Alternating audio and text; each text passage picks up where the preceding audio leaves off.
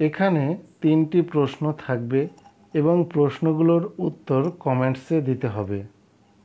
1 নম্বর প্রশ্ন, f of x equal to x square minus 4x plus 3 হলে x এর কোন মানের জন্য f of x equal to 0 হবে? ক -1 3, খ 1 -3, গ -1 -3, ঘ 1 3।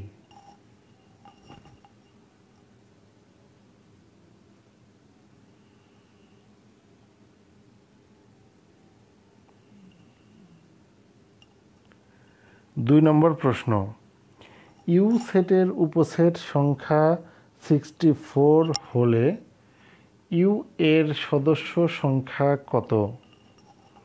ক 3, খ 4, গ 5, ঘ 6।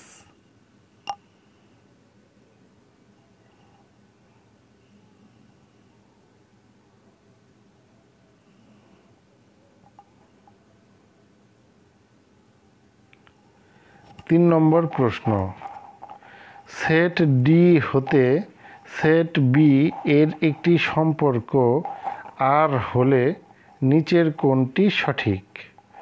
ক R is a subset D, খ R is a subset equal D into B, গ R is a subset B, ঘ ডি ইন্টু বি সাবসেট আর।